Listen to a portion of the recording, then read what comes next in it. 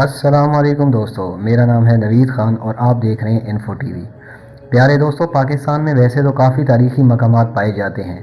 لیکن خوش قسمتی سے ان میں ایک ایسا بھی ہے جو شاید اپنی منفرد ثقافت اور تاریخ کے لحاظ سے انمول نہیں، بلکہ دنیا میں اس سے قدیم ایسی اور کوئی مثال یا مقام نہیں ملتا۔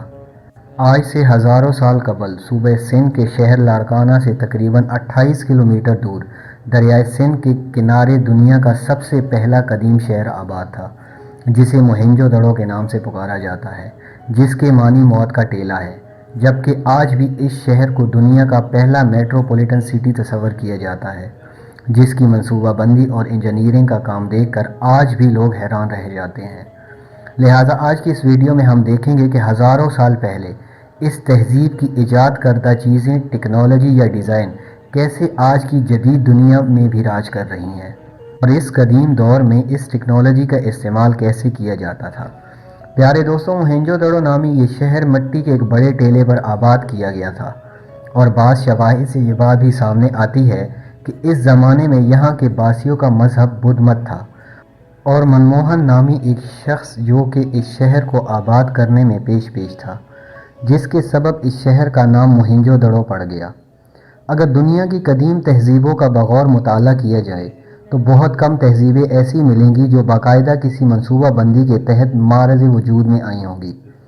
جبکہ موہنجو دڑو کو یہ اعزاز حاصل ہے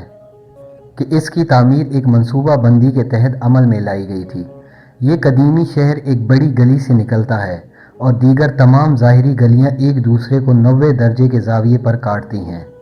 جنہیں دیکھ کر ماہر تعمیرات اور ماہر آثار قدیمہ کا کہنا ہے کہ اس کی تعمیر اور طرز تعمیر کو دیکھ کر لگتا ہے کہ واقعی یہ شہر کسی منصوبے کے تحت بسایا گیا ہو،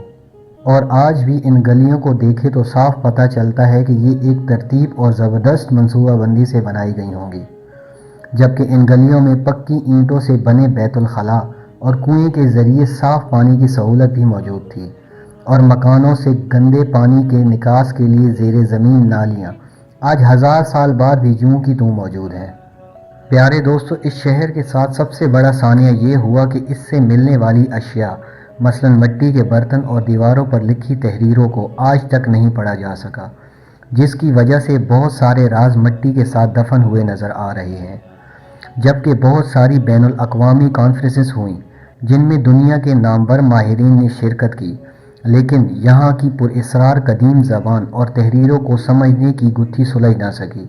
جو ابھی تک اپنی پراسراریت برقرار رکھے ہوئے ہے۔ لیکن دوسری طرف دنیا کے آثار قدیمہ کے ماہرین کی نظریں اب بھی اس شہر کے رموز و اسرار جاننے کے لیے پر امید ہیں کہ شاید کوئی وقت آئے اور دنیا اس شہر کے سربستہ رازوں کے بارے میں جان سکے۔ پیارے دوستو، آج کے دور کی طرح موہنجو دڑو والے دور میں بھی مرد و خواتین عام طور سے زیور پہنا کرتے تھے، جبکہ عورتیں منگوں کے ہار، چاندی یا سونے کی چوڑیاں اور پازیب پہنا کرتی تھیں، بلکہ کچھ مجسموں میں عورت کو کونی سے لے کر کندھے تک چوڑیاں پہنے دکھایا گیا ہے، جس سے ظاہر ہوتا ہے کہ اس دور میں بھی چوڑیوں کا رواج عام تھا۔ یہاں تک کہ کچھ زیورات پر چڑھاوے کا کام بھی دیکھنے میں آیا ہے، اس لیے یہ بھی کہا جا سکتا ہے کہ اس دور میں بھی سونار ہوا کرتے تھے۔ موہنجو دڑو کے آثار سے ملنے والے زیورات سے پتہ چلتا ہے کہ قدیم سندھ کے باشندے حقیقی سلیمانی، نیلم اور دیگر قسم کے قیمتی پتھروں کے منگوں کو جڑاوے کے طور پر استعمال کرتے تھے، اور اس کے ساتھ ساتھ یہاں سے چرخے اور ان میں استعمال ہونے والی لوہے کی میخیں بھی ملی ہیں، جن میں کچھ زیادہ اور کچھ قیمتی ہیں، جن کو دیکھ کر لگتا ہے کہ غریبوں اور امیروں کے گھروں میں چرخے کاٹنے کا یکسر رواج تھا۔ جبکہ اس علاقے سے ایک تھیلا چاندی کے ظروف جواہرات اور منگوں سے بھرا ہوا ملا ہے، جو انتہائی نفاست کے ساتھ کپڑے میں لپٹا ہوا تھا، جس میں دیسی روئی استعمال کی گئی تھی، اور اس سے ظاہر ہوتا ہے کہ 5000 سال پہلے سندھ میں کپاس کی فصل ہوتی تھی۔ پیارے دوستوں، موہنجو دڑو سے سینکڑوں کی تعداد میں علیحدہ علیحدہ نمونوں اور سائز کی مہریں بھی ملی ہیں۔ قدیم زمانے میں دستور تھا کہ لوگ جب کہیں باہر جاتے تھے تو دروازے کو باہر سے مور لگا دیتے تھے، اور ہر ایک مور پر دیوتا کی شکل بنی ہوتی تھی، اور ان کا عقیدہ تھا کہ وہ دیوتا گویا مکان کی رکھوالی کرتا ہے اور ان کی مالیت کو کوئی بھی نقصان نہیں ہوگا۔ اس طرح موہنجو دڑو کے لوگوں کا بھی شاید یہی دستور تھا۔